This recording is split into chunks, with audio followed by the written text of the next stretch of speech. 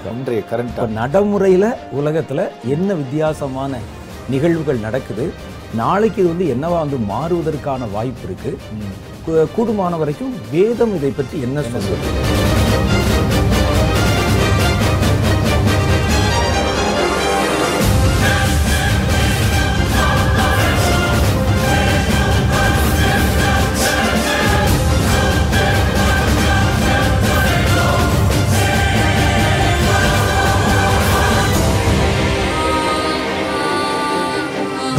இன்னைக்கு மனிதர்களுடைய மனநிலையில வந்து நிறைய ஒரு குழப்பமான, அதுலது பல கேள்விகளால் நிறைந்த ஒரு மனநிலை வந்து இன்னைக்கு எல்லாருக்குள்ள இருக்குது. பல மாற்றங்களுக்கு உண்டான பதில் தெரியல நமக்கு.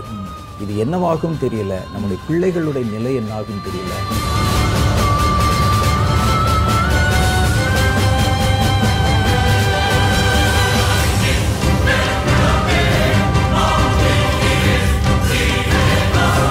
இன்னைக்கு வாழ்க்கையில மேல்தட்டில் இருக்கிறவங்களும் சரி, நடுத்தட்டு கீழ்த்தட்டு மூணுல இருக்கிறவங்களுமே எந்த ஒரு சின்ன காரியத்துக்கும் போராட வேண்டிய ஒரு சூழ்நிலை இருக்கு.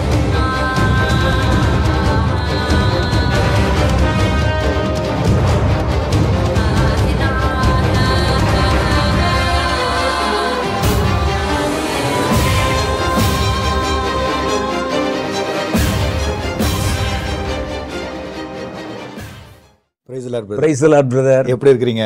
நான் நல்லா இருக்கிறேன். உங்களை பார்த்து தான் ரொம்ப நாள் ஆச்சு. ஆமா, கொஞ்சம் இடையில வந்து மற்ற காரியங்கள் இருந்தனால வர முடியல. இடப்பட்ட நாட்கள்ல நிறைய கடிதங்கள், மெயிலு, அது குறிப்பா உங்களை விசாரிச்சு அவர் என்ன ஆனாரு, ஏன் வந்து இந்த நிகழ்ச்சியில வந்து வர்றதில்ல அப்படின்னு பல பேர் பல கேள்விகள். என்ன காரணம் அப்படின்னு கேட்டா, நான் வந்து இடையில பல நிகழ்ச்சிகள் வந்து நான் பேசிக்கிட்டு இருக்கிறேன் ஆன்லைன்ல. ஆனா உங்க நிகழ்ச்சிகள் கொஞ்ச நாள் நிறுத்தப்பட்டிருந்த காரணத்தினால நிறைய பேர் முன்னால் நம்ம பேசின பல பேச்சுகள் அவங்களுக்கு ரொம்ப பிரயோஜனமா இருந்ததாகவும், இடையில கொஞ்ச நாள் விட்டு போனதுனால நாங்க ரொம்ப மிஸ் பண்றோம் அப்படின்னு பல பேர் கேட்டாங்க. எதனால இது கொஞ்சம் தாமதமாச்சு? உண்மைதான் அப்படின்னு நீங்க சொல்லணும். ஆமா, இதுல இன்னொரு விஷயத்தை நான் சேர்த்து சொல்லணும். அதாவது பொதுவா நீங்க வந்து மீட்டிங்ல பேசும்போது நீங்க உடனே கிளம்பிடுவீங்க, முடிச்ச உடனே அடுத்தடுத்த காரியங்களுக்கு. ஆனா நான் மீட்டிங் முடிச்சு கீழே இறங்கி போகணும். இறங்கி போகும்போது பலர் வந்து உண்மையிலேயே நிறைய இடங்கள்ல, பெங்களூர்லயும் சரி, இப்படி ராம்நாடுல, சென்னையில பல இடங்கள்ல வந்து இந்த நிகழ்ச்சி வந்து எங்களுக்கு ரொம்ப பிரயோஜனமா இருந்தது, அடுத்தடுத்து எப்போ வரும்ன்ற மாதிரி ரொம்ப ஆவலா கேட்டாங்க. நானும் அவங்களுக்கு ப்ராமிஸ் பண்ணியிருக்கிறேன் சீக்கிரமா வரும்னு சொல்லிட்டு. நீங்க சொன்னது போல நம்ம நிகழ்ச்சியில் வந்து பல காரியங்களை வந்து நம்ம விழிப்புணர்வு செய்தியாக கொண்டு வந்தோம். இடைப்பட்ட அட்லீஸ்ட் இந்த ஒரு ஃபியூ மந்த்ஸில் வந்து நம்ம அடுத்தடுத்த ஊழியங்கள், அதாவது இந்த 7th ட்ரம்பட் ஊழியம் இருக்குது, அப்புறம் ஃபாஸ்டிங் ப்ரேயர் இருக்குது, அப்படி பல ஊழியங்கள். அது இல்லாமல் வந்து ஆன்லைன்லேயுமே நம்ம குறிப்பான சில நிகழ்ச்சிகள் அப்படின்னும் போது கிட்டத்தட்ட ஒரு டே அண்ட் நைட் வந்து ஓடுற மாதிரி ஒரு சூழ்நிலை வந்ததுனால தான் இடைப்பட்ட நாட்களில் கொஞ்சம் நம்ம வந்து இதில் மூணாவது இன்னொரு காரியம் இருக்குது. சொல்லுங்கள். அதாவது இதுக்கு முன்னால் நம்ம எடுத்துக்கொண்ட நிகழ்ச்சிகள் வேற ஒரு இடத்துல வச்சு எடுத்தோம். ஸ்டுடியோ. கரெக்ட். இப்போ வேற ஒரு இடத்த நம்ம ஸ்டுடியோவாக மாற்றும் போது 2 பேர் 3 பேர் உட்கார்ந்து பேசுற அளவுக்கு அதுல வந்து இட வசதி இல்லாம இருந்தது. அதெல்லாம் கொஞ்சம் கரெக்ட் பண்ணிட்டு சரி பண்ணிட்டு அதுக்கப்புறம் அந்த நிகழ்ச்சியை நம்ம எடுக்கலாம், துவங்கணும்னு வச்சிருந்தோம். கண்டிப்பா. ஏன் ஜனங்கள் வந்து ரொம்ப அதிகமா அதை விரும்பி கேட்கறாங்க அப்படின்னு சொன்னா, இப்ப சமீப காலங்கள்ல நிறைய புது காரியங்கள், புதிய மாற்றங்கள், நிறைய விஷயங்கள் நடக்குது. முன்ன நம்ம பேசிட்டு இருந்த காலத்தை விட இப்ப பாத்தீங்கன்னா நிறைய சந்தேகத்தை ஊட்டுற மாதிரி, இது என்ன அப்படிங்கிற கேள்விக்கு விட தெரியாத மாதிரி நிகழ்ச்சிகள், வேகமான மாற்றங்கள் வந்து சமுதாயத்துல உண்டாகிறது உலக அளவிலுமே நடக்குது. இப்ப சமீபத்துல வந்திருக்கிற இந்த டிசாஸ்டர் சொல்றமே, பேரழிவுகள், அது சொல்லி வச்ச மாதிரி எல்லா இடத்துலயும் வருது. ஒரே மாதிரியா இருக்கு. ஒரே மாதிரி வெள்ளம், குளிர், அந்த மாதிரி வந்து பெரிய பெரிய பாதிப்புகள். சில தேசங்கள்ல வந்து இதுல எல்லாம் வெள்ளம் வர்றதுக்கே வாய்ப்பு இல்லை, அல்லது எர்த்குவேக் வர்றதுக்கு வாய்ப்பு இல்லை, நிலச்சரிவு வர்றதுக்கு வாய்ப்பு இல்லை நினைச்ச நாடுகள்லாம் கூட, ஸ்பெயின் போன்ற தேசங்கள்லாம் கூட பயங்கரமான பாதிப்புகளுக்குள்ளானது. அது மாத்திரம் இல்லாம சமுதாய மாற்றம் நிறைய வர்ற நேரத்துல பல கேள்வி அவங்களுக்கு, இது ஏன் நடக்குது, இது வந்து வேதம் இதை பத்தி என்ன சொல்லுது, இப்ப நம்ம எப்படிப்பட்ட காலத்துக்குள்ள நுழைஞ்சிருக்கிறோம், அது தெரியணும். முதல்ல இந்த நிகழ்ச்சி வந்துட்டு இருக்கும்போது ஒவ்வொரு விஷயத்தையும் நம்ம வந்து அதை பிரிச்சு நட்ஸ் அண்ட் போல்ட்ஸ் ரொம்ப தெளிவாக பேசிடுவோம். ஆமாமா. அதனால நாங்க வந்து பல காரியங்களை புரிஞ்சுக்கிற முடிஞ்சு. அது மாத்திரம் இல்ல, அத எங்க பிள்ளைகளுக்கு சொல்லி அவங்கள வந்து ஆயத்தப்படுத்தவும், விழிப்புணர்வு தரவும், நண்பர்களுக்கும் நடக்கக்கூடிய நிகழ்ச்சிகளை பற்றி வேற மதத்தை சேர்ந்தவங்களுக்கும் இதுல இருக்கக்கூடிய செய்திகளை சொல்றது மூலம் அவங்களையும் ஒரு விழிப்புணர்வுக்குள் ஆக்கி கரெக்ட் அது நடுவுல கர்த்தருடைய வார்த்தை சுவிசேஷத்தையும் சொல்வதற்கு எங்களுக்கு ஒரு வாய்ப்பா இருந்தது அப்படின்னு. அதனால சீக்கிரம் ஆரம்பிங்க, ஆரம்பிச்சா இனிமே நிறுத்தவே கூடாது அப்படின்னு சொல்லி அன்பு கட்டளைகள் நிறைய. கண்டிப்பா என் டீம் பல பேர் அப்படிதான் சொன்னாங்க. இப்போ நீங்க சொன்ன விஷயத்தை வச்சு பார்க்கும்போது பிரதர், அதாவது நடக்கிற எந்த ஒரு விஷயமே வந்து இது உலகம் தழுவிய விஷயமா தான் நடக்குது. இது வந்து ஒரு டிசாஸ்டரா இருந்தாலும் சரி, ஒரு அரசியல் சூழ்நிலையா இருந்தாலும் சரி, இல்ல ஒரு சமுதாயத்துல நடக்கக்கூடிய மாற்றங்களா இருந்தாலும் சரி, இல்ல ஒரு எக்கானமில வரக்கூடிய மாற்றங்களா இருந்தாலும் சரி, அது என்னன்னு தெரியல. இப்ப சமீப நாட்களாக சில ஆண்டுகளாகவே பார்க்கும்போது அது உலகம் தழுவிய ஒரு பிரச்சனையா தான் பார்க்க முடியும். இல்ல இன்னொன்னு வந்து என்னன்னு கேட்டீங்கன்னா, வந்து வெள்ளம் வர்றது வந்து புதுசு இல்ல உலகத்துல, உலக சரித்திரத்துல. பஞ்சம் வர்றது புதுசு இல்ல. கரெக்ட். பொருளாதார வீழ்ச்சி வர்றது புதுசு இல்ல. ஒரு கொள்ளை நோய் வர்றது புதுசு இல்ல. இப்ப என்னன்னா சொல்லி வச்ச மாதிரி ஒரு பிரச்சனை வந்ததுன்னா அந்த பிரச்சனை உலகம் தழுவின ரீதியில நீங்க சொன்ன மாதிரி ஒரே மாதிரி. இப்போ வந்து அமெரிக்கால பாத்தீங்கன்னா வெள்ளம், பல நகரங்கள் பாதிக்கப்பட்ட சூழ்நிலை, புயல், அது முடிக்கிறதுக்குள்ள ஸ்பெயின்ல ஆஸ்திரேலியால, அவ்வளவுக்கு எதுக்கு அரபு தேசங்கள்ல ஒரு பாலைவனத்துக்குள்ள பாத்தீங்கன்னா வெள்ளம் கரை புரண்டு வருது. எதிர்பார்க்க முடியாது, யாரும் எதிர்பார்க்காத, இதெல்லாம் நம்பவே முடியாத விஷயங்கள். எதை கேட்டாலுமே வந்து 200 வருஷத்துல இப்படி நடந்தது இல்ல அப்படிங்கிற மாதிரி தான் சொல்றாங்க. அப்ப சொல்லி வச்ச மாதிரி ஒரே மாதிரி காரியங்கள் உலக அளவுல நடக்கிறத நம்ம பாக்குறோம். கரெக்ட். அதே மாதிரி வார் இப்ப இந்த நிகழ்ச்சியை நிறைய பேர் எதிர்பார்க்கறதுக்கு ஒரு காரணம் என்னன்னு கேட்டா, நம்ம பின்னால பேசுவோம் அதை பற்றி. சரி. இப்போ இஸ்ரேல் போர் நடக்குது. ஆமா. அந்த போர் பொதுவா வந்து இஸ்ரேல்ல ஒரு போர் வரும், ஒரு 10 நாள்ல அது முடிவுக்கு வந்துடும். ஆனா இந்த முறை அந்த போர் வந்து நாட்கள் இழுத்து கொண்டே போகுது. இது ரொம்ப கொடூரமான பல சம்பவங்கள் அதை தொடர்ந்து நடக்குது. பல தேசங்கள் வந்து அழிவினுடைய விளிம்பு நிலைக்குள்ள வந்து வரைக்கும் வந்திருக்கு. கரெக்ட். அதே மாதிரி ரஷ்யா உக்ரைன் வார் அது ஆரம்பிச்சு இவ்வளவு நீண்ட நாட்களா இன்னும் போயிட்டே இருக்கு. கிட்டத்தட்ட ஒரு 2.5-3 வருஷம் கிட்ட இருக்குல்ல. அவ்வளவு நாள் பொதுவா வந்து எந்த யுத்தமே அவ்வளவு நாள்லாம் போகாது. கரெக்ட். அப்ப இவ்வளவு நாட்கள் அந்த யுத்தம் நடந்துட்டு இருக்கு. இது எந்த தீர்வும் வரல, முடிவு வரல. அப்ப இந்த மாதிரியான நம்ம கேள்விப்படுற செய்திகள் உண்மைதான் வித்தியாசமா இருக்கிறதுனால ஜனங்கள் வந்து இது என்னது அப்படின்னு யாராவது நமக்கு விளக்கி சொன்னா நல்லா இருக்கும் அப்படிங்கிற மாதிரி நினைக்கிறாங்க. அதனால இந்த நிகழ்ச்சி வந்தால் எங்களுக்கு ரொம்ப பிரயோஜனமா இருக்கும் அப்படிங்கிறது தான் அவங்களுடைய வேண்டுகோள். அதனால தொடர்ந்து நம்ம வந்து இந்த மாதிரி காரியங்களை பத்தி பேசுவோம். இது வசனத்துல என்ன சொல்லுது, நாம எப்படி நடந்துக்கிறணும், இந்த சூழ்நிலையில தேவனுடைய பிள்ளைகளுடைய பங்கு என்ன அப்படின்னு. அப்ப இந்த மாதிரி வந்து பல சந்தேகத்துக்கு உண்டாக்குற மாதிரி பல காரியங்கள் இயற்கையில மாத்திரம் இல்ல, சமுதாயத்துல, அரசியல்ல, பொருளாதாரத்துல, சபைகள்ல எனக்கு அதுதான் ரொம்ப வந்து ஒரு பெரிய ஷாக்கு. ஏன்னா இத்தனை வருஷங்கள்ல வந்து நடக்காத விஷயங்கள் கிட்டத்தட்ட ஒரு 30-35 வருஷங்களுக்கு முன்பாக வேற மாதிரி இருந்தது சபைகள். இப்ப வந்து வேற மாதிரி போகுது. சபைகள்ல குழப்பங்களும் கள்ள உபதேசங்களும் இதெல்லாம் வர்றது வந்து எல்லா காலத்துல இருந்திருக்கு, பவுல் காலத்துல இருந்திருக்கு. ஆனால் இப்ப பாத்தீங்கன்னா சில காரியங்கள் துணிகரமா செய்ய முடியாத காரியங்கள்லாம் பகிரங்கமா சபைக்குள்ளே செய்யப்படுற சில காரியங்கள் பார்க்கும்போது நமக்கு இப்படிப்பட்ட ஒரு கால மாற்றம் இது வந்து எந்த காலத்துல இப்படி வந்தது இல்ல. கிறிஸ்தவர்கள் தப்பு செய்வாங்க, பாவம் செய்வாங்க, சபைக்குள்ள செய்ய மாட்டாங்க. ஆனா சபைக்குள்ளேயே இப்போ வந்து குடிப்பது, வெறிப்பது, ஆடுவது, இந்த மாதிரி காரியங்கள் எல்லாம் வேற மாதிரியான ஒரு சூழ்நிலை வந்து வந்துட்டு இருக்கிறத பாக்குறோம். இந்த மாதிரி நேரத்துல இதை வந்து விசுவாச துரோகம்னு சொல்றதா, அல்லது அவங்க வந்து என்ன காரணத்தை நோக்கி கடந்து போகுது, கடைசி காலத்துல இதெல்லாம் நடக்க வேண்டியதானா, பைபிள் இதுல என்ன சொல்லுது, அப்ப உண்மையா கிறிஸ்துக்குள்ள வாழ விரும்புறவங்க எப்படி தங்களை பாதுகாத்துக்கிறோங்கிற பல கேள்விகள் எல்லாருடைய மனசுலயும் இருக்குது. கேள்விகள் இருக்கு. அப்ப இதுக்கெல்லாம் வந்து நம்ம வந்து விடை கொண்டு வரணும். உண்மைதான். இந்த நிகழ்ச்சியின் மூலம் எவ்வளவு சாத்தியப்படுமோ அவ்வளவு வரைக்கும் நமக்கு தெரிஞ்ச அளவுக்கு நமக்கு தெரிஞ்சதை நம்ம தேவனுடைய பிள்ளைகளோட பகிர்ந்து தான் இந்த நிகழ்ச்சி. சரி, இன்னைக்கு வந்து நீங்க என்ன டாபிக் பேசினா நல்லா இருக்கும், பரவலா இருக்கக்கூடிய காரியம் என்ன? இதுல நீங்க சொன்னதுனால ஒரு விஷயம் நான் யோசிச்சுட்டு தான் வந்தேன். சரி, நீங்க இந்த கேள்வி கேட்பீங்கன்னு தெரியும். நான் யோசிச்சுட்டு வந்ததுல வந்து உலக அளவுல வந்து பல மாற்றங்கள் நம்ம ஏற்கனவே பேசின மாதிரி சமுதாயத்துல அரசியல்ல இருக்கிறது போல ஒரு நம்பிக்கையற்ற தன்மை வந்து எல்லா இடங்களும் நம்ம பாக்குறோம். நான் சந்தேகப்பட்டேன் என்னன்னா, சொல்லுங்க, நீங்க வந்து எல்லாரும் பாக்குற மாதிரி ஒரு கேள்வியை கேட்க மாட்டீங்க. இப்ப வந்து திடீர்னு இப்ப வந்து இனி வருகிற உலகத்துல என்ன நம்ம கேட்கணும் அப்படின்னா, வார்னா என்ன, ஏன் இந்த இப்படித்தான் கேட்பாங்க. நீங்க ரொம்ப உள்ள நுணுக்கமான ஒரு காரியம், வெளிப்பார்வைக்கு தெரியாத ஒரு காரியம் நீங்க எடுத்துட்டு வருவீங்க அப்படின்னு எனக்கு தெரியும். கண்டிப்பா. இது வந்து என்னன்னா, சில காரியங்கள் வந்து மேலோட்டமா தெரிஞ்சு அது நம்ம ஆபத்துன்னு நமக்கு தெரியும். சில விஷயங்கள் எதுவுமே தெரியாம கிராஜுவலா கொஞ்சம் கொஞ்சமா நம்முடைய கண்ணுக்கு தெரியாமலே உள்ள நுழைஞ்சு நம்முடைய விசுவாசத்தை சேதப்படுத்திடும், பல காரியங்களை செஞ்சிடும். நீங்க சொல்ற மாதிரி சமுதாயத்துல இப்ப நம்ம பார்க்கும்போது இந்த நம்பிக்கையின்மை அப்படிங்கிறது எல்லா துறையிலும் உண்டாகிருக்கிற பார்க்கிறோம். ஆமா ஆமா. பொதுவா அது குறிப்பாக அந்த வாலிபர்கள்லாம் பார்த்தீங்கன்னா ஒரு காலத்துல வந்து ஓகே நம்ம வந்து ஒரு ஸ்கூலுக்கு போறோம், ஒரு காலேஜுக்கு போறோம், அடுத்து ஒரு வேலைக்கு போவோம், அடுத்து நம்ம குடும்பத்தை நடத்துவோம் அப்படின்னு ஒரு நம்பிக்கையோட பெற்றோர்களும் சொல்லுவாங்க. அவங்களுக்கு அந்த ஒரு நம்பிக்கை இருக்குது. ஆசிரியர்களுமே என்ன செய்வாங்கன்னா, உன்னுடைய ஆம்பிஷன் என்ன அப்படின்னு ஒரு கட்டுரை சொல்லுவாங்க. கரெக்ட். ஃபிஃப்த்லயே எழுதி சொல்லுவாங்க. கரெக்ட். நான் அப்பவே வந்து பிரைம் மினிஸ்டர் ஆகணும், பிரசிடென்ட் ஆகணும்னு ஒரு கடிதம் எழுதி கொடுத்தேன். அப்புறம் ஆசிரியர் வந்து முன்னால வந்து வாசி காமிச்சு திட்டினாரு. ஆசைப்படுறதுக்கு ஒரு அளவோட ஆசைப்படுறான்னு சொல்லி.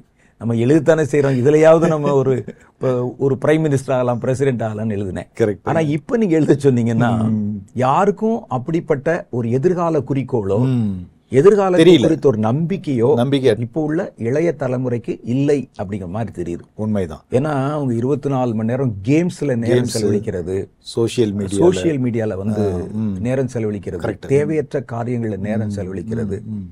பட்டணங்கள்ல மாத்திரம் இருந்த பல ஆபத்தான கலாச்சாரங்கள் இன்னைக்கு கிராமங்கள் வரைக்கும் உள்ள ஊடுருவி இருக்கிறது.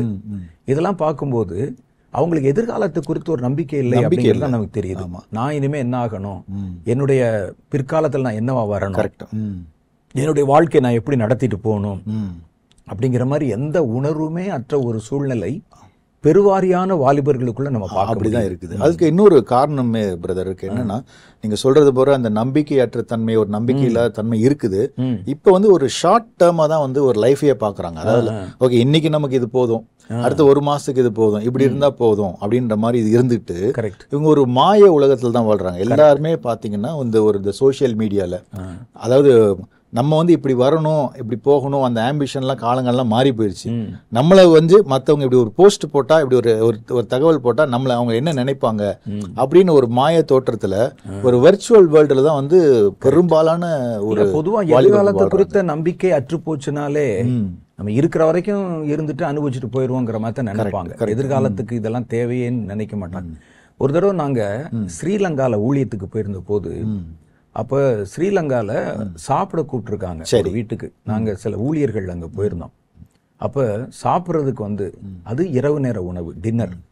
அதுல அந்த டைனிங் டேபிள் ஒரு கட்டில் அளவுக்கு இருக்கு. ஒரு காட்டு, டபுள் காட்டு மாதிரி இருக்கு. அதுல சுத்தி உட்கார்ந்து இருக்கான். அதுல இல்லாத ஐட்டமே கிடையாது. வைக்கிறதுக்கு டம்ளர் வைக்க கூட இடம் இல்ல. அவ்வளவு ஃபுட்டு. சரி, இது எப்படி இவ்வளவு பேர் சாப்பிட முடியும்? ஒரு ஃபேமிலி நாங்க ஒரு 4-5 பேர் சாப்பிட போயிருக்கோம். அந்த குடும்பத்தார் ஒரு 5-6 பேர் இருக்கிறாங்க. அப்ப எல்லாம் வட்டமா உட்காந்துருக்கோம். இவ்வளவு உணவு நான் பார்த்ததே இல்லை இங்க சாப்பிட்டது. அப்போ வந்து பாத்தீங்கன்னா ஒவ்வொரு வெரைட்டிலையும் காரத்துல அது ஒரு 10 வெரைட்டி இருக்கு. சரி, அப்புறம் பொரிக்கிறது, அவிச்சதுன்னு சொல்லி அது நிறைய இருக்கு. அப்புறம் நான்வெஜ் இருக்கு, இவ்வளவு இருக்கு. அப்ப நான் கேட்டேன், ஒரு நேர உணவுக்கு இப்படி பண்றீங்களே, நாங்க வர்றம் செஞ்சிருக்கீங்களா? அது எப்படி, எதனால அந்த மாதிரி? நாங்க எப்பவுமே இப்படித்தான் செஞ்சு சாப்பிடணும், அது எப்படி சாத்தியம், ஏன் அப்படின்னு கேட்டேன். அப்போ அவங்க சொன்னாங்க, இங்க யுத்தம் நடக்கிறதுனால சரி நாளைக்கு நம்ம இருப்போமா அப்படின்னு எங்களுக்கு வந்து இந்த நம்பிக்கை இல்லை. எந்த நேரத்துல என்ன நடக்கும் அப்படின்னு தெரியாது. திடீர்னு ஒரு குண்டு போட்டு போயிடுவான், அல்லது திடீர்னு எங்களுடைய வாழ்க்கை எப்படி தலைகளை மாறும் அப்படின்னு தெரியாது. அதனால முடிஞ்ச வரைக்கும் இருக்கிற வரைக்கும் நல்லா இருந்துருவோம் என்ற ஒரு மனப்பா. இதே பதில் தான் சொன்னாங்க அவங்க.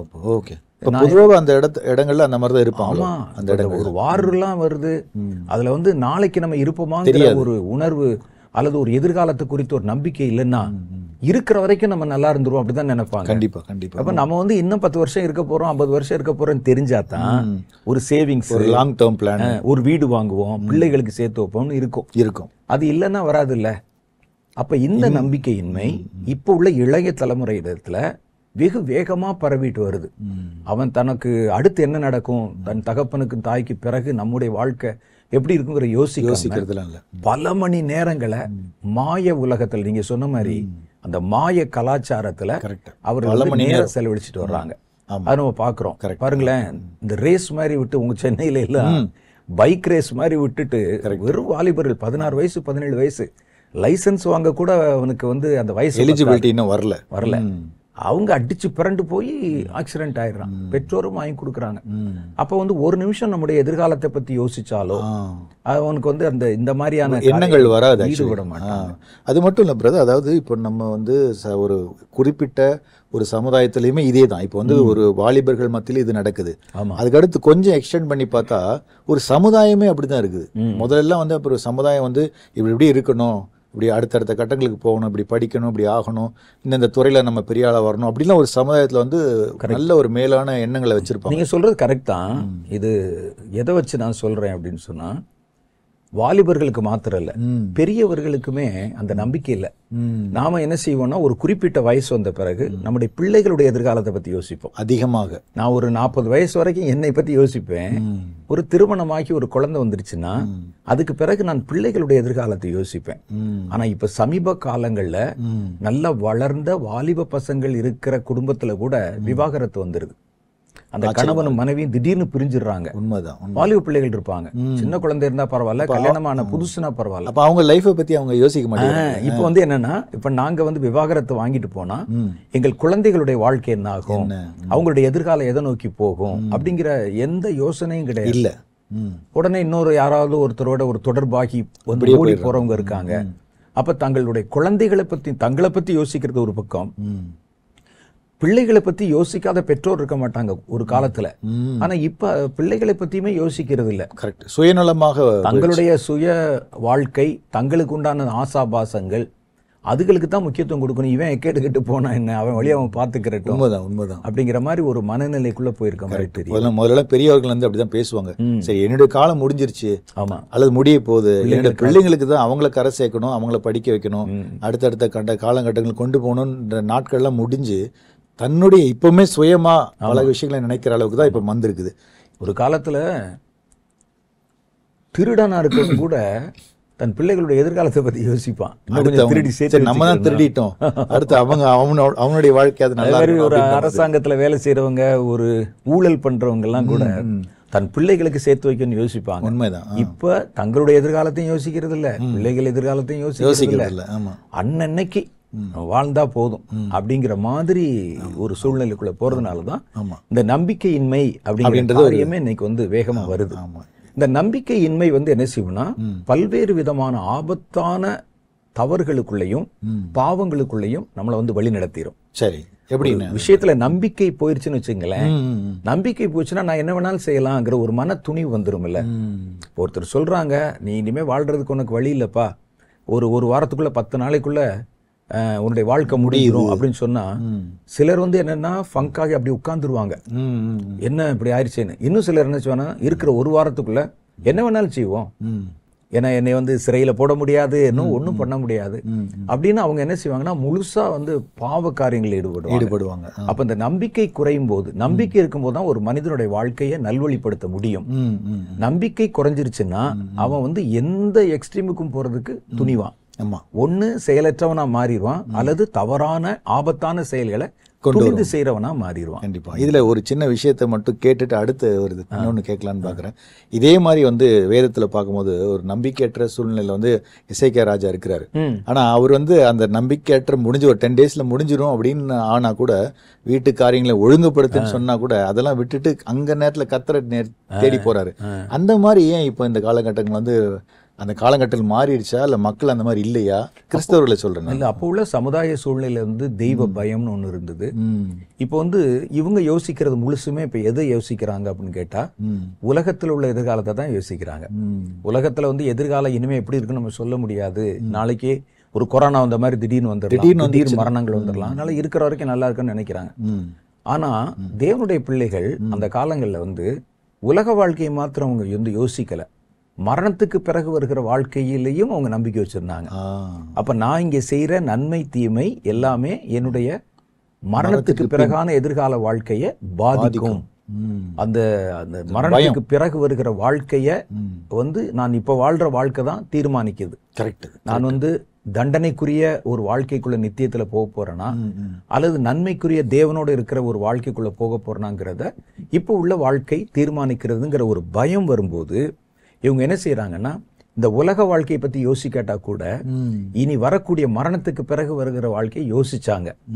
அந்த நம்பிக்கை வந்து இப்போ குறைஞ்சுதான், தெய்வ பயம் வந்து குறைஞ்சதுனால என்ன வேணாலும் செய்யலாம் அப்படிங்கிற மாதிரி ஒரு சூழ்நிலைக்குள்ள போயிட்டாங்க. ஆமா, இதுல தான் இன்னொரு விஷயத்தையும் நான் அதுல சேர்த்து கேட்கலான்னு பார்த்தேன். அதாவது யோசிக்கிறேன், அதாவது என்னன்னா, ஓகே, நம்ம வந்து ஒரு தனிப்பட்ட ஒரு வாலிபர்களை பார்த்தோம், நம்பிக்கையற்று போயிட்டாங்க. ஒரு சமுதாயத்தை பார்த்தோம், அவங்கள வந்து ஒரு நம்பிக்கை இல்லாத ஒரு சூழ்நிலையில் இருக்கிறாங்க. இப்போ சபைகளை குறித்து எப்படி பிரதர்? சபையிலுமே இப்போ கிட்டத்தட்ட பார்த்தீங்கன்னா முதல்ல இருந்த அளவுக்கு வந்து ஒரு பெரிய ஒரு பக்தி வைராக்கியமோ அல்லது அந்த மாதிரி காரியங்கள் வந்து ரொம்ப குறைகிறத நம்ம பார்க்க முடியுது. இதை சொல்றதுக்கு முன்னால நான் இன்னொரு காரியத்தை சொல்லுங்க. ஒரு சமுதாய மாற்றத்தினால அல்லது இப்போ உள்ள கால சூழ்நிலைகளால இந்த நம்பிக்கை குறைவு ஜனங்களுக்குள்ள உண்டாகுது அப்படிங்கிறது ஒரு பக்கம் இருந்தாலும், உண்மையை நம்ம இன்னும் ஆழமா தோண்டி பார்த்தா அது நம்பிக்கையை, மனிதருடைய மனதிலிருந்து நம்பிக்கையை எடுக்கணும்னு ஒரு திட்டமிட்டு செய்யப்படுகிற ஒரு சதி. ஜனங்களுடைய நம்பிக்கையை வந்து அது வந்து சீர்குலைச்சு அவங்க எந்த துறையில இருந்தாலும் அந்த துறையை அவங்க நம்பக்கூடாது. விஞ்ஞானம்னா விஞ்ஞானத்தை நம்பக்கூடாது, மருத்துவம்னா நீங்க மருத்துவத்தை நம்பக்கூடாது. அதே மாதிரி ஒரு சபைனா நீங்க சபையை நம்பக்கூடாது, ஒரு அரசியல் நீங்க அரசியலை நம்பக்கூடாது. அப்போ எல்லா விஷயத்திலையும் அப்படிதான். அந்த மாதிரி கொண்டு வந்து ஒரு ஸ்கூல் எஜுகேஷனா நீங்க அதை நம்பக்கூடாது, ஆசிரியரை நம்பக்கூடாது. இந்த மாதிரி நீங்க நல்லா பாத்தீங்கன்னா கொஞ்சம் கொஞ்சமா மனிதர்களுடைய மனதிலிருந்து, நம்ம கிறிஸ்தவர்களை மாத்திரம் சொல்றோம், எல்லா இடத்துலையுமே இந்த நம்பிக்கையை வந்து அவர்கள் சார்ந்திருக்கிற இடத்திலிருந்து எடுக்கிறதுக்கான ஒரு கண்ணுக்கு தெரியாத ஒரு தந்திரமான முயற்சி செய்யப்படுது அப்படிங்கிறது நமக்கு தெளிவா கண்டுபிடிக்க முடியுது. காரணம் என்னன்னு கேட்டா, நீங்க இதுவரைக்கும் ரொம்ப நம்பிக்கொண்டிருக்கிற ஒன்றில் இருந்து உங்களுடைய நம்பிக்கையை பிரிக்கிறதன் மூலம் நான் வேற ஒன்றிற்கு உங்க நம்பிக்கையை திருப்புறதுக்கு எனக்கு வாய்ப்பு. வேற ஏதோ ஒண்ணு அப்படி காட்டுற மாதிரி. நீங்க இவன் நம்பாதீங்க, அவனை நம்பாதீங்க, மருத்துவத்தை நம்பாதீங்க, அரசியலை நம்பாதீங்கன்னா நான் வேற ஒன்ன கொண்டு வர போறேன்னு அர்த்தம். அதை நம்புங்க, இதுதான் உங்களுடைய வாழ்க்கைக்கு போதுமானதுன்னு ஒரு தந்திரம் இருக்கு. இதைத்தான் வந்து வேதத்துல இருக்கத நம்ம ஒவ்வொரு செக்டாரா வந்து பார்த்த பிறகு அது என்ன தந்திரம், அது ஏன் அப்படி செய்யறாங்கிறத பத்தி நம்ம டிஸ்கஸ் பண்ணலாம். சரி. முதல் காரியம் வந்து நீங்க கேட்ட மாதிரி கிறிஸ்டியானிட்டிக்குள்ள, கிறிஸ்தவர்களுக்குள்ள சபைகள், ஊழியங்கள், விசுவாசிகள், அவர்களை நடத்தக்கூடியவர்கள், இதெல்லாம் சேர்ந்ததுக்கு பேர் தான் அந்த கிறிஸ்டியானிட்டி அமைப்பு, அந்த சொசைட்டி, அந்த சமுதாயம்.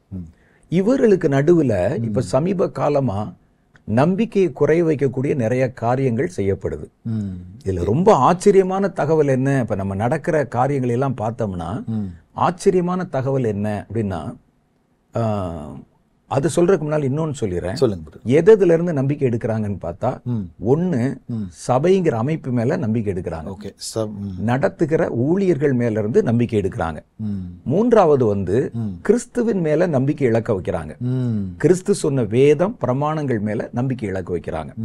இப்படி செய்வதன் மூலம் ஒரு கிறிஸ்தவனை கிறிஸ்துவ விட்டும் அந்த நம்பிக்கையை விட்டும் சுலபமா பிரிக்க முடியும். இதுல அதிர்ச்சியான தகவல் என்ன, இப்ப நடக்கிறத நம்ம சுத்தி பார்த்தோம்னா அதிர்ச்சியான ஒரு தகவல் என்னன்னா, இந்த நம்பிக்கை இழக்க வைக்கிறது முழுசும் கிறிஸ்தவர்களும் ஊழியர்களும் தான்.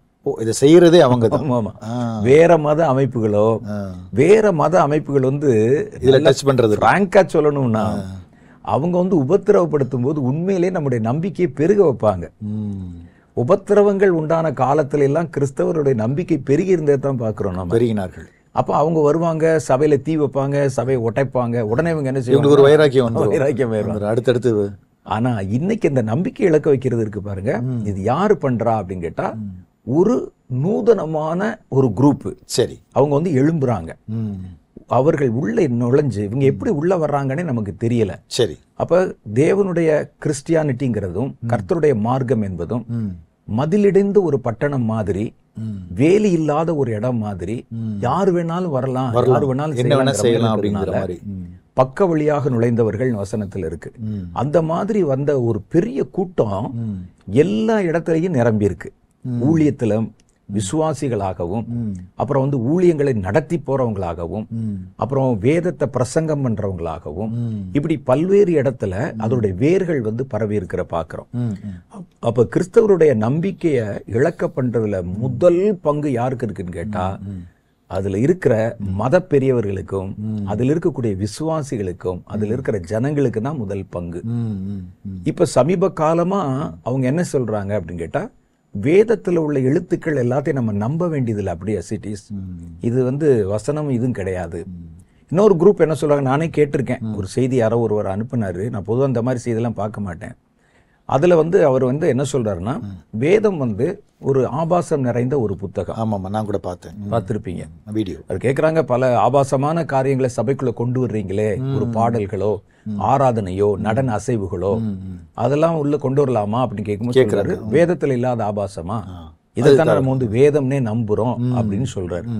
அப்ப இப்படி சொல்லுகிற ஊழியர்களை நம்ம இப்ப வந்து பாக்குறோம். அவங்க மெல்ல மெல்ல மெல்ல என்ன செய்யறாங்கன்னா, ஒரு வசனத்துக்கு அர்த்தத்தை தவறாக கற்பிப்பதன் மூலம் அல்லது தவறான ஒரு நம்பிக்கைக்கு அவங்களை திருப்புவதன் மூலம் உண்மையான நம்பிக்கை இருக்குமே, அந்த நம்பிக்கையிலிருந்து இவர்களை வழிவிலக பண்ற ஒரு கூட்டம் வந்து எழும்பி இருக்கிறாங்க இப்ப சமீபத்துல. இதுல வந்து நம்முடைய கவலை என்ன அப்படின்னு கேட்டீங்கன்னா, இந்த எடுத்து பேசுற பிரசங்கியார்கள் கூட என்னுடைய கவலை இல்ல. சரி, அவன் பேசின உடனே இந்த சபையார் கைதட்டி விசிலிக்கிறான் பாருங்களேன். அது ஒரு சப்போர்ட் பண்ணி ஒரு ஆதரிச்சு பேசுறது உண்மையிலே அது ரொம்ப ஷாக்கா இருக்கு. நமக்கெல்லாம் வேதத்தையோ அல்லது ஜீசஸையோ ஏதோ சொன்னா, நம்ம ஒரு பெரிய புனிதரோ பெரிய பெர்ஃபெக்டான ஆளெல்லாம் நம்ம கிடையாது. இருந்தாலும் நம்ம வந்து நேசிக்கிற தேவனை பற்றி சொன்னா நம்ம கோவம் வருது, அது தவறு இல்லை, அது எப்படி அப்படின்னு நமக்குள்ள அந்த ஒரு வைராக்கியம் வரும். அந்த வைராக்கியம் தப்பு இல்லை, இயேசு கிறிஸ்துக்குமே அந்த வைராக்கியம் வந்தது. சபைக்குள்ள வந்து வியாபாரம் பண்றாங்கன்னு சொன்ன உடனே பக்தி வைராக்கியம், உடைய வீட்டை குறித்த என்னை பட்சித்தது அப்படின்னு சொல்றாங்க. அப்ப அதுல அதே வந்து அப்படி ஒரு காரியம்னா, இயேசு கிறிஸ்துவ பத்தி கண்ணாபின்னான்னு பேசுறது. வேற மதத்தவர்கள் பேசல, வேற மதத்தவர்கள் கிறிஸ்தவர்களை தான் பேசுவாங்க. நான் பார்த்த அளவுக்கு வேற மதத்துல இருக்கிற தீவிர அமைப்புகள் கிறிஸ்தவர்களை விமர்சிப்பாங்க. இவங்க வந்து உள்ள ஒண்ணு சொல்றாங்க, வெளியே ஒண்ணு சொல்றாங்க. ஆனா கிறிஸ்துவ விமர்சிக்கிறவங்க ரொம்ப குறைவு, ரொம்ப குறைவு. கேட்டாலும் இயேசுக்கு அவர் நல்லவருங்க, இவனுக்கு தான் மோசம். அதாவது சில பேர் சொல்லுவாங்க, அதாவது வந்து ஜீசஸ் வந்து நல்லவர் தான், இவங்களை பத்தி எங்களுக்கு தெரியல அப்படிமா. கிறிஸ்டியன்ஸ் அதே மாதிரி இந்த மதத்தை பற்றியுமே யாருமே வந்து ஒன்னும் தவற சொல்ல மாட்டாங்க. அதுக்கு உபதேசங்களோ அது சொல்லப்பட்ட சத்தியங்களோ காரியங்களை பத்தி வேற மதத்துல வேற அவ்வளவு இது உள்ளவங்க யாரும் விமர்சிக்க மாட்டாங்க. அப்படி விமர்சிக்கிறது இல்ல. ஏன் அப்ப அவர்கள் வந்து அவ்வளவு ஒரு நம்பிக்கை வச்சிருக்காங்க. இப்ப இதை விமர்சிக்கிறவங்க எல்லாம் யாரு அப்படின்னு கேட்டா, இந்த உள்ள இருக்கிறவங்க தான். இப்ப புதுசா எழும்பி இவங்க லீட் எடுத்து கொடுக்கறதுனால இனி வெளியே இருந்து விமர்சிக்கிறவர்களும் விமர்சிக்கக்கூடிய அளவுக்கு பாயிண்ட் எடுத்து கொடுக்குறாங்கல்ல. எங்க மதத்துல இப்படிதான் இருக்கு, இயேசுனுடைய வாழ்க்கையில பல கேள்விகள் இருக்கு, அதெல்லாம் நம்புவதற்கு உரியது அல்ல. அப்ப வந்து ஏன்னா இயேசு தன்னை பற்றி அவர் எங்கேயுமே எழுதல, மற்றவங்க தான் அவரை பத்தி எழுதிருக்கு. ஒருத்தர் சொல்றாரு, அதுல வந்து அவர் என்ன சொல்றாருன்னா, இயேசு தன்னை பற்றி சுயசரிதை எல்லாம் ஒன்னும் சொல்லவும் இல்லை, எழுதவும் இல்லை. இதெல்லாம் பின்னால வந்தவங்க தான் எழுதியிருக்கிறாங்க. அவங்க எழுதுனது உண்மையா எழுதுவாங்களா, என்ன எழுதுனாங்க நமக்கு தெரியாது அப்படின்னு சொல்றவங்க கிறிஸ்தவ மதத்துக்குள்ள இருக்கிறாங்க. பெரிய பெரிய போதகர்களாகவும் சபைகளை வழிநடத்திட்டு போறவங்களாகவும் இருக்கிறாங்க. இவங்க இப்ப சமீப காலமா விசுவாசிகளுடைய இருதயத்தை கிறிஸ்துவ விட்டு திரும்ப பண்றாங்க. இன்னொரு குரூப் என்ன செய்யறாங்கன்னா, அந்த கிறிஸ்தவ சமுதாயத்தை விட்டே சபைகளை விட்டே அவங்கள வந்து அந்த நம்பிக்கையை இழக்க வைக்கிறாங்க. அதை நம்ம பார்க்கிறோம். ஒரு தீர்க்க தரிசனத்தின் மேல நம்பிக்கை இழக்க வைக்கிறாங்க. சிலர் என்னன்னா தாங்களே செய்து அதன் மூலம் நம்பிக்கை இழக்க வைக்கிறது ஒரு தந்திரம் நடக்குது. எப்படின்னு கேட்டா, அவங்க வந்து இப்ப எழும்புறவங்க எல்லாம் கள்ள தீர்க்க தரிசனம் சொல்றது. நீங்க ஜனங்களுக்கு ஒரு கன்ஃபியூஷன், ஜனங்களுக்கு நீங்க தீர்க்க தரிசனம் இல்லைன்னு சொல்ல வேணாம், அவனா ஒரு முடிவுக்கு வந்துருவான். தீர்க்க தரிசனங்கிற பேர்ல சொன்னாலே இப்படித்தான்டா சொல்லுவாங்கன்னு வந்துருவான். அதாவது ஒரு பொதுப்படையா வந்து இதுதான் தவறு, தீர்க்க தரிசனமே தவறு அப்படின்ற ஒரு லெவல்ல வந்து கொண்டு வந்துருவாங்க. அதே மாதிரி ஒரு சமுதாய வெளியில, பொது வெளியில நம்ம ஊழியர்களை விமர்சித்து பேசுறோம். இந்த ஊழியர் அவர் இப்படி செய்யறாரு, இவர் இப்படி செய்யறாரு, புள்ளி விவரங்களோட பேசுறோம். ஒரு நாளாவட்டத்துல இப்படி எல்லா ஊழியர்களை பற்றியும் கேட்கிற ஒரு விசுவாசியுடைய மனநிலை எல்லாரும் இப்படிதான். எதுக்கு இதெல்லாம் சபைக்கு போயிட்டு நம்ம மட்டும் நம்ம நல்லவரா இருந்தா போதும், இதெல்லாம் யாரையும் நம்ப வேண்டாம் அப்படிங்கிற ஒரு ஒரு இதுக்குள்ள போயிடுறாங்க. கரெக்ட். 100% நீங்க சொல்றீங்க. ரொம்ப ஆபத்தான ஒரு காரியம் இது. இப்ப தொடர்ந்து நடக்குது. இப்ப வரக்கூடியதுல எல்லாம் பார்த்தா அதுக்கு கேட்டா இப்ப வந்து அதுக்கு என்ன பதில் சொல்றாங்க நிறையனா, குறைகளை வந்து பவுல் சொல்லலையா, காட்டலையா, அந்த மாதிரி கேட்குறாங்க. அப்படி கேட்பாங்க. பவுல் வந்து குறைய சொல்லலையா, இவங்க வந்து இந்த மாதிரி செய்யறாங்க அப்படின்னு வந்து சொல்லலையா அப்படின்னு சொல்லுவாங்க. அப்ப இந்த ஒரு விஷயத்துல இன்னும் ஒருத்தர் வந்து என்ன சொல்வார், அடிக்கடி என்ன சொல்றாங்கன்னா, சிலர் என்ன சொல்றாங்கன்னா, நீங்க கிறிஸ்தவர்களுக்கு நடுவுல, ஊழியர்களுக்கு நடுவுல நடக்கக்கூடிய தவறுகளை நீங்க சுட்டி காட்டலன்னா நீங்க கர்த்தருக்கு துரோகம் பண்றீங்க. சரி. சுட்டி காட்டுறது வேத வசனத்தின்படி எங்க சொல்லுதுன்னா, முதல்ல அவனை தனியா சந்திச்சு சொல்லுது. Step by step. சகோதரர் ஒருவன் வந்து பாவம் செய்ய கண்டா முதல்ல தனியா அவனுக்கு போய் கண்டி அப்படின்னு சொல்லிட்டு கண்டித்து, அதுக்கப்புறம் அது கேட்கலைன்னா நீங்க அதுக்கப்புறம் சபையார் அந்த சங்கத்துல வந்து அவங்க முதல்ல அவங்க சொல்லுங்க, அவங்க கூப்பிட்டு விசாரிச்சு சொல்லுவாங்க. அப்படி இல்லைன்னா அவனை சபையின் நடுவிலே சொல்லுங்கன்னு சொல்லியிருக்கு. அவனை கொண்டு வெளியே ஒரு மேடையில ஏத்தி, இப்ப பேசுற மாதிரி சோசியல் மீடியால பல ஜனங்களுக்கு நடுவில் நீங்க சொல்ல வேண்டிய அவசியம் இல்லை, சபையில தான் சொல்ல சொல்லியிருக்கு. இதுதான் வந்து ஊழியத்தில் இருக்கிற ஒழுங்கு முறை. ஒரு தவறு செய்தா முதல்ல சொல்லணும். இவங்க யார்ட்டையும் சொல்ல மாட்டாங்க. இவங்க நேரா எடுத்த உடனே என்ன செய்வாங்கன்னா பொது வெளியில டைரக்டா அந்த ஸ்டெப்ஸே ஃபாலோ பண்றது இல்ல. அவையா பவுல் குறை சொல்லலையான்னு சொல்லுவாங்க. பவுல் வந்து குறை சொன்னாரு. எங்க யாருக்கு சொன்னாரு அப்படின்னு கேட்டீங்கன்னா, அவர் வந்து ஒரு குறிப்பிட்ட அளவு ஊழியம் செய்த பிறகு குறை சொன்னார். இப்ப வந்து எடுத்த உடனே ஊழியம்னு ஆரம்பிக்கிறதே குறை சொல்றதா ஆரம்பிக்கிறாங்க. குறை சொல்றதே ஊழியம் தான். ஆரம்பிக்கிறாங்க. அப்ப குறை சொல்லக்கூடாதுன்னு நம்ம சொல்லல, குறை சொல்லணும், குறை இருந்தா சொல்லணும், சுட்டி காட்டுங்க. ஆனா அது அவருக்கு காதுக்கு போகுதா, அவர் அதை கேட்கிறாரான்னு நினைச்சு நீங்க சொல்லணும். இவங்க வந்து குறை சொல்ற எந்த ஊழியரும் தன் வழியை திருத்தி கொண்டதா தெரியல, அவங்க அதை கவனிச்சதாகவும் தெரியல. அப்ப என்ன நோக்கத்துல அவங்க குறை சொல்றீங்க? அவங்க உண்மையிலே திருத்ததுக்கு நீங்க ட்ரை பண்ணீங்களா? அப்ப நீங்க சொன்ன மாதிரி இந்த ஸ்டெப்ஸ் எல்லாம் ஃபாலோ பண்ணணும்ல. அவங்கள்ட்ட கூப்பிட்டு பேசணும், அல்லது 2-3 பேர் சேர்ந்து பேசணும், அதுக்கப்புறம் தான் சபை, அதுக்கப்புறம் தான் பொது வழின்றது. அப்படின்னும் போது இவங்க முதல்ல எடுத்த உடனே பொது வழியில தானே கொண்டு வராங்க. அதே மாதிரி இயேசு கிறிஸ்து வந்து சில கள்ள ஊழியர்களை பற்றி சுட்டி காட்டும் போது, ஒரு சபையில வந்து இருக்கக்கூடிய ஒரு பெண் தீர்க்கதரிசி ஒரு அம்மா இருக்கிறாங்க. வெளிப்படுத்த விசேஷத்துல 7 சபைகளுக்கு எழுதின நிருபத்துல அந்த ஒரு பொண்ணு வந்து கள்ள தீர்க்க தரிசனம் சொல்லுது, ஒரு கள்ள ஆவியை கொண்ட அவங்க இருக்கிறாங்க, நிக்கோலாய் மதத்தை பின்பற்றவங்க இருக்கீங்கன்னு அந்த சபைக்கு தான் கர்த்தர் சொன்னார். அத பொதுவெளியில எல்லா சபைக்கும் எழுதின கடிதத்துல சொல்லல. அந்த சபையில எது இருக்கு, இந்த சபையில எது இருக்கு அப்படி இவங்க சொல்லல. அப்ப இவங்க சொன்னது வந்து இத மாத்திரம் சொல்றாங்க. பவுல் எழுதினது பாத்தீங்கன்னா அந்தந்த சபைகளுக்கு எழுதின கடிதத்துல எழுதியிருக்காரு ஒழிய பொது வெளியில வந்து அவர் சொல்லல. அப்ப குறை சொல்லக்கூடாதுன்னு நம்ம சொல்லல, குறைகளை சொல்லணும். நீங்க அந்த குறை சொல்லுவது அந்த குறைக்குரிய ஊழியரை திருத்துவதற்கு சொன்னீங்கன்னா அவருக்கு அதுக்கு போகுதான்னு தெரிஞ்சுட்டு சொல்லுங்க. கண்டிப்பா. அப்ப பொது வெளியில சொல்லும்போது நாங்க விசுவாசிகளை எச்சரிக்கிறோம் சொல்றேன். அந்த விசுவாசிகளுக்கு உங்களுக்கு என்ன தொடர்பு? நீங்க அவங்களுக்காக ஏதாவது செஞ்சிருக்கீங்களா? சுவிசேஷம் சொல்லிருக்கீங்களா? நீங்க கிறிஸ்துவுக்குள்ளே அவங்களை வந்து பெற்றிருக்கிறீங்களா? அப்படிலாம் பல கேள்வி வருது. கண்டிப்பா. அப்ப இதை சொல்லும் போது உங்களுக்கு அந்த நோக்கம் கிடையாது. தங்களை பிரபலப்படுத்திக் கொள்ளணும், தங்களை நீதிமான்களா நிலைநிறுத்தணும். அப்ப இதுல இன்னும் நிறைய விஷயம் கேட்க வேண்டியது. ஆனா நிகழ்ச்சியை வந்து முடிக்கக்கூடிய நேரம் நம்ம கடந்து போற மாதிரி வருது. ஒருவேளை பார்க்கக்கூடிய நேயர்கள் வந்து ஒருவேளை என்ன சொல்லுவாங்க, ஜேம்ஸ் பிரதர் ஏன் சீக்கிரம் முடிச்சிங்க அப்படின்னு குறை சொல்ல போறாங்கன்னு நினைக்கிறேன். நிகழ்ச்சியை முடிக்கக்கூடிய நேரம் வருது. நம்ம தொடர்ந்து அடுத்த நிகழ்ச்சியில இன்னும் ரொம்ப டீட்டெயிலா பேசலாம். சரி. இயேசுவின் துணி ஊழியங்கள் வழங்கும் புத்தம் புதிய நிகழ்ச்சி பாடல் வந்த பாதை. இதுவரைக்கும் என்னுடைய ஊழியத்துல ஒரு 200-250 பாடல் வரைக்கும் இருக்கலாம். அவ்வளவு பாடல்கள் எழுதியிருக்கிறேன். நீங்க சொன்ன மாதிரியே நிறைய இடங்கள்ல பல தேசங்கள்ல கூட நம்முடைய பாடல்களை பயன்படுத்துறாங்க. கர்த்தர் சகோதரர் வின்சென்ட் செல்வகுமார் அவர்களுக்கு கொடுத்த பாடல்களை பற்றிய ஒரு புதிய நிகழ்ச்சி. எக்காலம் தொனித்திடும் வேளை என் நேசர் மேகங்களோடே. நான் என்னுடைய அனுபவம் என்னன்னு கேட்டா, கர்த்தருக்கு புது பாட்டை பாடணும். நாமளாம் மனசுல என்ன தோணுதோ, என்ன ராகம் தோணுதோ அதை வச்சு நம்முடைய தனி ஜெபத்துல பாடணும். அப்படின்னு பாடும்போது சில பாடல்கள் நல்ல ஒரு கட்டமைப்போட வந்துடும்.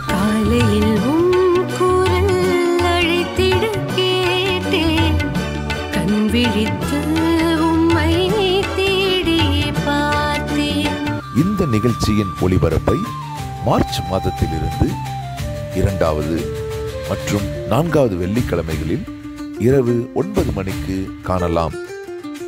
என்னை தேடினான் உமதல்லவா, என்னை கழுவினார் தமும் உமதல்லவா. என் நாமத்தை பிரஸ்தாபம் பண்ணுகிற எந்த ஸ்தானத்திலும் நான் உங்கள் நடுவில் வந்து அவர்களை ஆசீர்வதிக்கிற தேவன் அப்படின்னு ஆண்டவர் சொல்லியிருக்கிறார். இந்த கடைசி நாட்கள்ல கர்த்தர் ஆராதனை நடுவிலே அவர் இருக்கணும். எனக்காய் மரித்தவர் முகத்தை பார்க்கலாம், இந்த நிகழ்ச்சியை சகோதரர் வின்சென்ட் செல்வகுமார் அவர்களுடைய யூடியூப், ஃபேஸ்புக் மற்றும் சமூக வலைத்தளங்களில் நீங்கள் காணலாம். காணத் தவறாதீர்கள்.